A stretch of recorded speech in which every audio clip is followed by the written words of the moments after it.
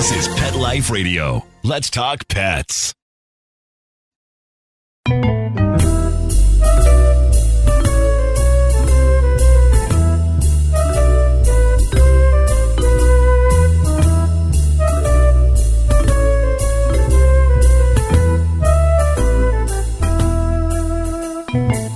Hello, cat lovers. This is Michelle Fern, your host on Cattitude. Have you ever thought about taking your cat abroad, like maybe to Asia? Sounds crazy, right? Okay, so my next guest wrote this gorgeous book, great photos, about Audrey, who took her cat Ashi to Japan. And it's such a delightful book. We're going to talk to the author, and we'll be right back after this message.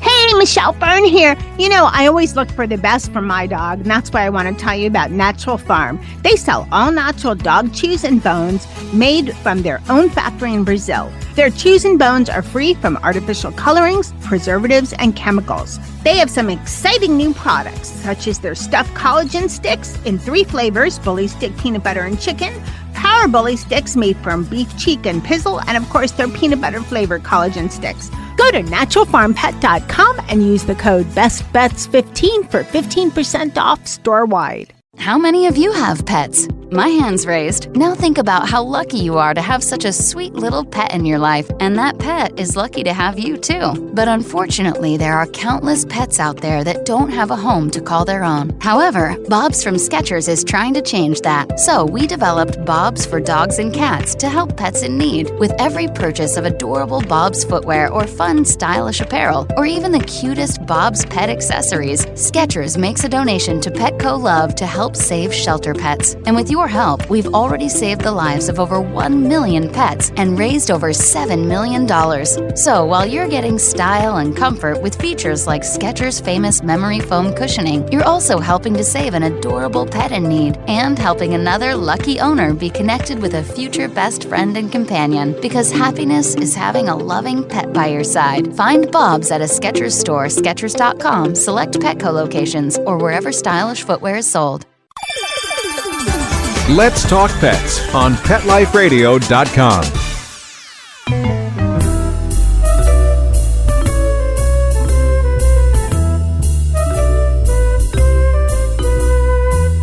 Welcome back, everyone. I would like to welcome Carrie Carter. She is the author of Whiskers Abroad, Ashi and Audrey's Adventures in Japan. Welcome, Carrie. Thank you for having me on. I'm so excited to have you on. Okay, number one question, which is probably something you hear a lot. What inspired you to write the book? Okay, well, it's kind of a weird, a little bit of convoluted story. So I've always worked a lot of just bad-fitting jobs. If I'm being polite, if I'm being honest, they were just really horrible jobs. And I was like, I got to do something else. I got to do something. This is not the right thing. So I'd always type up a list of things I liked and was interested in, and I would email it out to all my friends. And I would be like, can you look over this list and suggest careers and jobs for me? And they would. Sometimes they would. Sometimes they wouldn't. And finally, at one point, my sister goes, we've got writing on there, and you've got cats in Japan and travel and coffee and food. She's like, just combine them all and write a book. And I was like, oh, that's so brilliant. Why didn't I think of that? So that's how it became. That's how it got originally started. You know, that's how the best things get started. Someone makes a suggestion, you kind of stumble into it and go, why didn't I think about that? Also, some of the best things that are created, right, are some of the best things that are created are just so simple. And it's like, why didn't I think of that? This is so exactly clever. So, okay.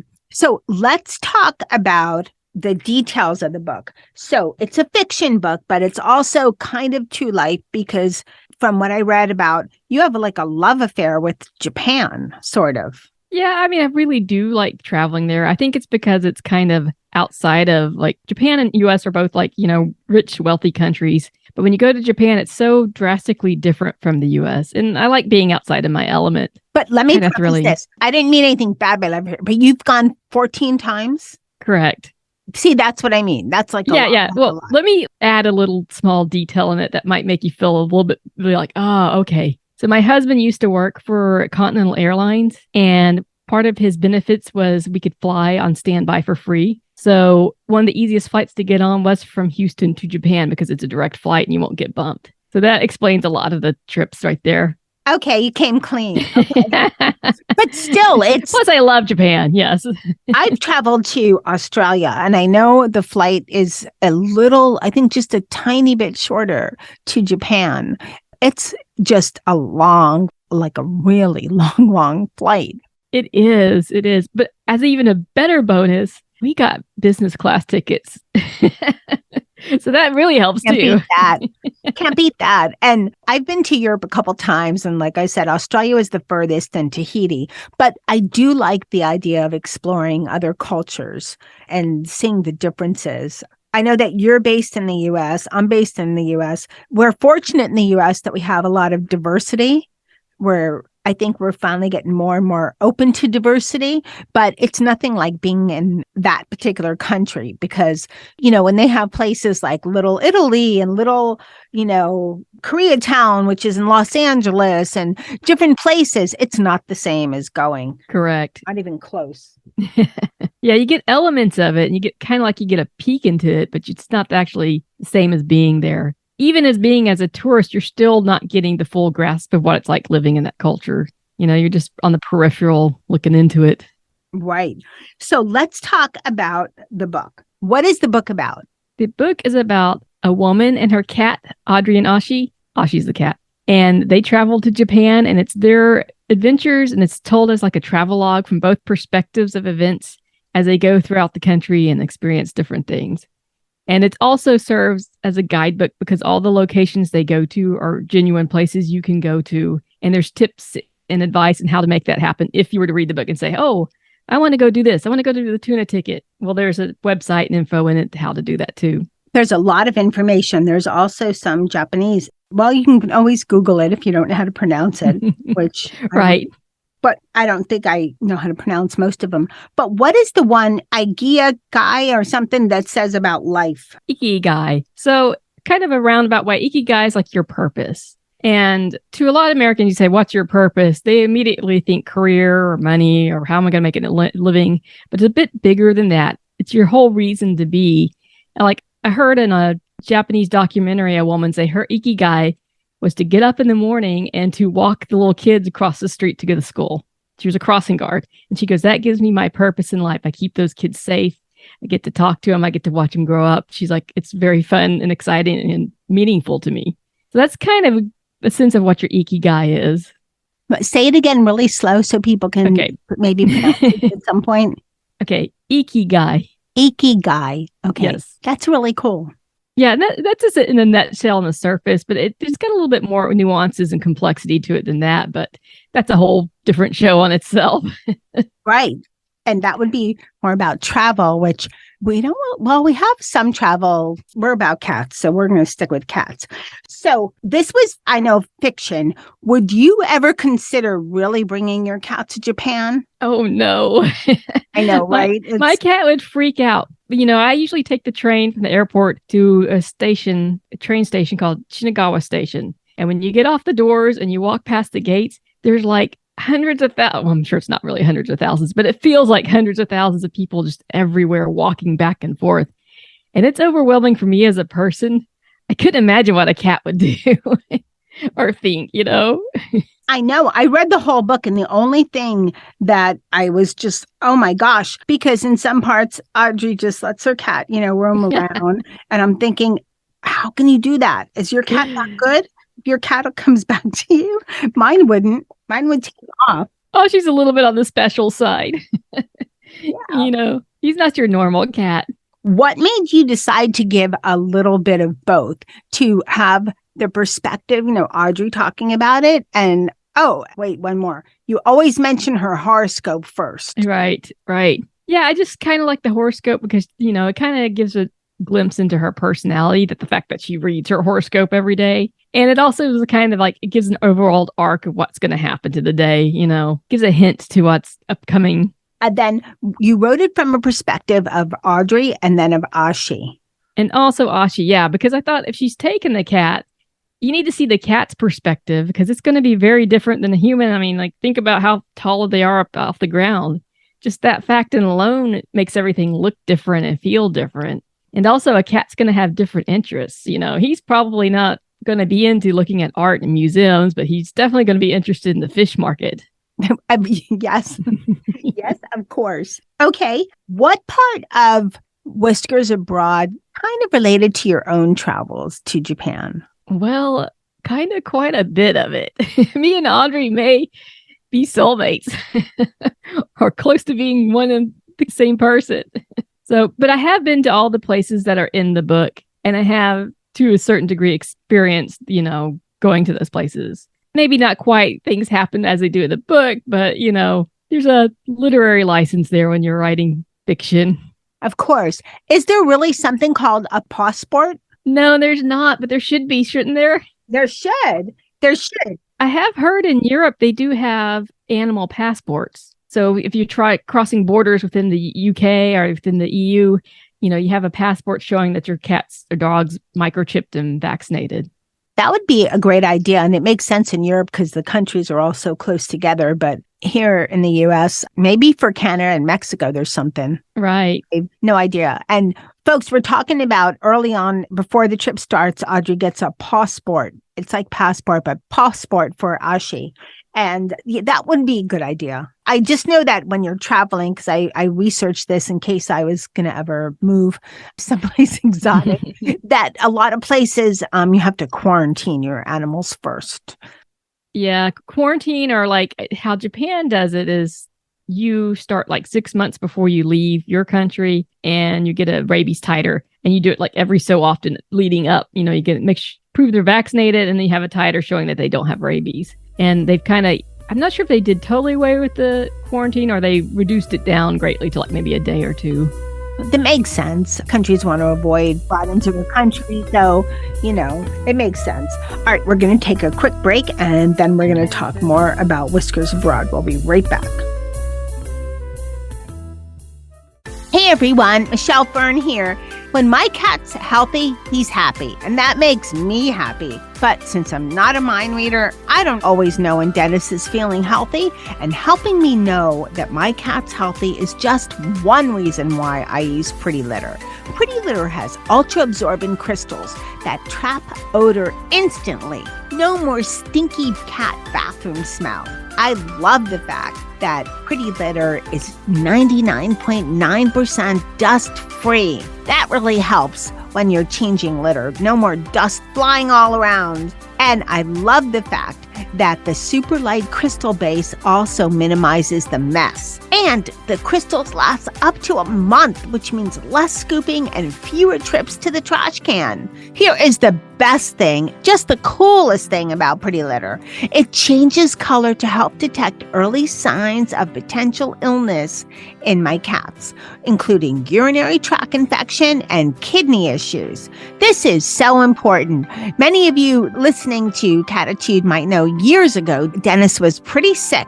Had I had Pretty Litter then, I would have had a heads up, because Dennis didn't let me know. And not only was this a costly visit to the vet, we almost lost Mr. Dennis, and that would have been tragic. Another great benefit is that Pretty Litter ships free to my door in a small, lightweight bag. I never run out of it, and I don't have a huge container of litter taking up space and stinking at my place. Pretty Litter helps keep tabs on my cat's health and keeps odors down. You and your cat are going to love Pretty Litter as much as we do. Go to prettylitter.com/PetLifeRadio to save 20% on your first order. That's prettylitter.com/PetLifeRadio to save 20%. prettylitter.com/PetLifeRadio. Terms and conditions apply. See site for details. Let's talk pets Let's talk pets on Pet Life Radio. Pet Life Radio. PetLifeRadio.com.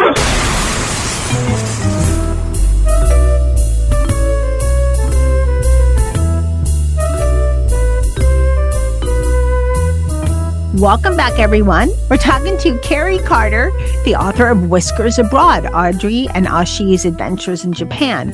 So were there any surprises when you got to Japan, even the first time, even with all your preparations, and you just went, oh my gosh, this is crazy. I'd never expected this? One of the biggest surprises to me, particularly when going into Tokyo, was I was shocked about like how quiet it was. You know, I expected a city this large with this many people that there'd be constant noise and car honking and, you know, I imagined something more like New York, and it was pretty much quiet. The only exception to that is like on a Saturday night, there's like an entertainment area. If you go through there, it gets noisy. There's barkers and, you know, stuff like that. But for the most part, no noise. No, you know, I mean, there's noise, but no like, you know, loud noises. Not like the train station with that picture packed with people. Even the train station's relatively quiet, you know. And when you get on a train, when you're on the train, no one talks. Or if they do talk, they talk softly to each other, but they don't talk on the phone. That's considered a big no-no.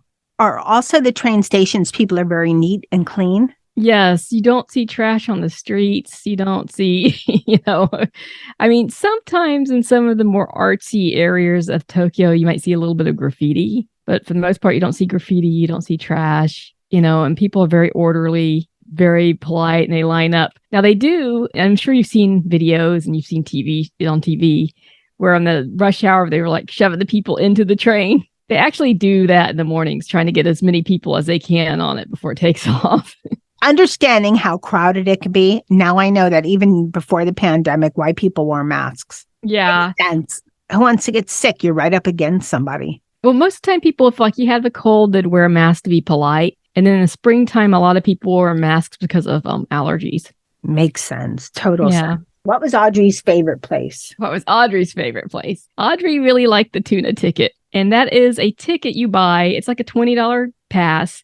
And it takes you from Tokyo or Yokohama all the way down to this Murata Peninsula. It's at the very end. And that's where they bring in all the big tunas. That's where the catch comes through.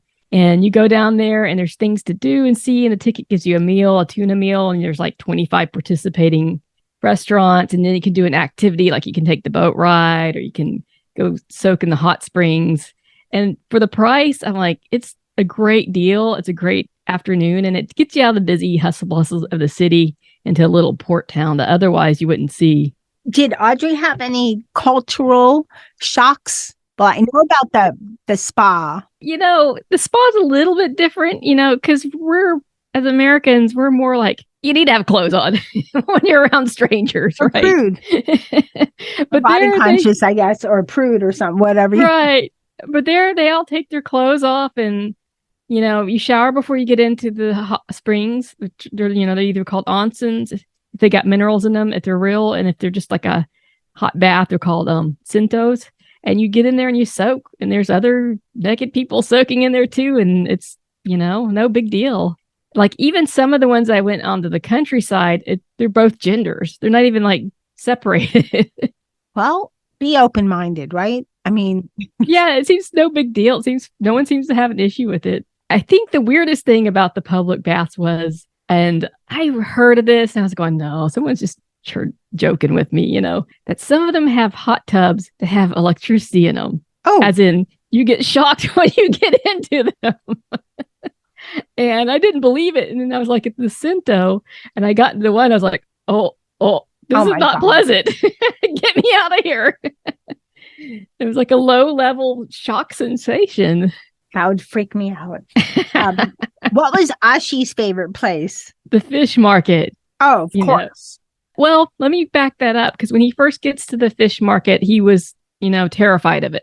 Now, I wrote the book about Tsukiji Fish Market, but that has the auction part and the seafood part has closed down and relocated to about half a mile, maybe it's half a mile, 2 miles down the road. But the original stores and the restaurants are still there, but the tuna auctions have switched. And it is like, or was, super crazy busy. You know, one of the few places that was loud. And there's like these little, they call them lorry trucks driving around. There's people running around. The floor's wet and people are yelling, you know, at the auctions and ringing bells. And there's just stuff everywhere. And it's a working fish market, you know. People go there as tourists, but it is a tourist thing to see, but it's really not. It's a working fish market. I wonder if it compares to the fish market in Seattle. I've been to both and it's worlds apart. It's just I think the one in Japan is probably more authentic and more, you know, very not so polite. Like just it's different, you know. No, I haven't been to the new one where they relocated. They modernized it, you know, because they're like, oh, we need to modernize it and, you know, make it more sanitary. But I was like, well, the other one's been there for hundreds of years and it hasn't been an issue. Why is it an issue now? It's kind of like before the pandemic, sanitizer. I have nurses in my family, so I've always been germ conscious because they made me. But before that, way back, we didn't have sanitizer. We were just fine. But now we have to sanitize all, even before the pandemic, we're all sanitize friendly. And now we're even worse. We have it every place. We're conscious of germs. Does it help? Maybe we'll have less colds or something. What were places that Ashi and Audrey did not like? I wouldn't say there was very many places they did not like. They go on a bike ride, and he did not like the bike ride because he thought it was scary, And Audrey likes everything because it's all different and new and exciting. So she's all gung-ho about everything, Even if something goes south, she's still excited about it. Not like me. Attitude is everything. What about food? Oh, okay. Food plays a very big portion in the book. And some people say there's a little bit too much focused on the food. But I don't know. When you go to Japan, one of the best parts is eating there, because they've got so many different fish you can try and dishes you don't see back here. And what's interesting is like a lot of the restaurants, they focus on one thing and that's all they make. We make udon noodle soup. We make sushi. We make, it's just one thing. Now you can go to bars, pubs there, and they'll have a variety of foods you can eat. But for the most part, it's very niche and very concentrated on what they do. And as a result, you get excellent food no matter where you go. And I thought it was clever that I think it was the ramen place, you purchase tickets, then bring it to the people or the cashier and pay for your food. But you decide first, so it's more efficient. You don't waste time at the counter. Right, because a lot of people don't have very long to eat, particularly lunchtime. They're in and out. And also this way with the tickets, the people who work there don't ever have to handle money. Somebody told me it was more to do about a sanitary reasoning than just handling money, because they don't want to have to be constantly cleaning their hands. Money's filthy. Yeah. It has more germs than I read something once in a magazine. It has all kinds of matter, and it's the most filthiest thing it is. And people put it in their mouth at times. Ooh. No, thank you. No, yeah. And I thought it was cool too that you described, and I know I'm pinpointing little things, but there's so many little things that they have little baskets where you could put your purse. Right. You know what? And for the longest time, I didn't realize that's what it was for. And finally, like one of the waitresses working there, she put my purse in the basket and pointed at it and said, "Dozo." Just kind of like, please, go ahead and do this. I'm like, oh, sorry. That's a thing because women's purses have a lot of dirt. We put them down, and some cultures believe it's bad luck. Yeah, and also a lot of men carry purses there too. Satchels or purses or like a messenger bag. I've seen all sorts of styles of man purses there, and I find that interesting because here, like most men be like, I don't need a purse. Oh, by the way, can you hold my keys, my chapstick, my phone? Or they forget stuff, or they have it in their pants and their pants fall down. Yeah. How much heavy stuff in there. What about advice? So since you wrote about Audrey and Ashi, what advice would you give someone who is planning to go to Japan? Probably not take their cat, but they're going to go. Right. Well, I will say just real quick, like if you love cats, there's lots of cat culture in Japan. There's shrines dedicated to cats. There's cats being fed and taken care of in the parks. There's cat cafes. There's lots of cat activity and stuff to buy if that's your interest. But in terms of advice, the biggest thing I'd say is do not overplan. I see people do this all the time. They're like, ooh, and I understand it. You get excited. You're like, I want to see everything, but you really can't see everything. So if you try too much, you just see a little snippet of everything, and then you didn't really see anything. You're in a daze, and you're just like, what just happened? So I'd say take your time, plan it, don't overplan. Maybe even spend an afternoon where you just stop off the train somewhere and just explore that area. Just walk around, eat at a restaurant there, take some pictures. That's great advice. What is the next adventure for Audrey and Ashi? Say your next book. They are going to go back to Japan. So there's some things they still want to do and see. And one of the things I wanted them to do was see the robot show. But the robot show did not survive the pandemic. So it will not be in the next book. Oh. And then after that, they'll probably go to South Korea. I was thinking this could be a big series and you could just go to all these different countries if you desire Right. I'm hoping they'll go from, see the different countries over time, some places in Asia, or maybe they'll go to Italy and, maybe they'll go down to New Zealand or Australia or something. That would be great. Where can people find out more about you and where they could find Whiskers Abroad and then your next book that's coming up? Well, they can find out more about me and the next upcoming book at my website, which is carriecarterwrites.com. And you can also sign up for my newsletter to get updates. And I sometimes send out little stories about Ashi and Audrey. But if you want to purchase the book, you can buy it on Amazon, or you can buy it at Barnes & Nobles, or you can even get it direct through my publisher, which is BayouCityPress.com. Well, I wish you great success. I can't wait for the next book to come out. And thank you so much for coming on Cattitude. Thank you for having me on. Well, I hope you guys all enjoyed that. Please be sure to check out this book. It's really cool. There's great pictures in there and great information. Makes me want to go to Japan. It's called Whiskers Abroad, Ashi and Audrey's Adventures in Japan. And there's pictures of Carrie/Audrey in the book, but there's also great pictures of Ashi. Definitely, he's a model. He's gorgeous, great cat. So I hope you check that out. And I'd like to thank my cat crew, Charlotte, Molly, Jethro, and Dennis. And of course, Nikki, the little yappy dog, for keeping me on my toes and my cats teaching me all about cats. Thanks to my guest for coming on Cattitude. Thanks to all of you. Thank you so much for listening to Cattitude. Have any suggestions? Send them in. Michelle at PetLifeRadio.com. And of course, thank you so much to my producer, Mark Winter, because he makes the magic happen.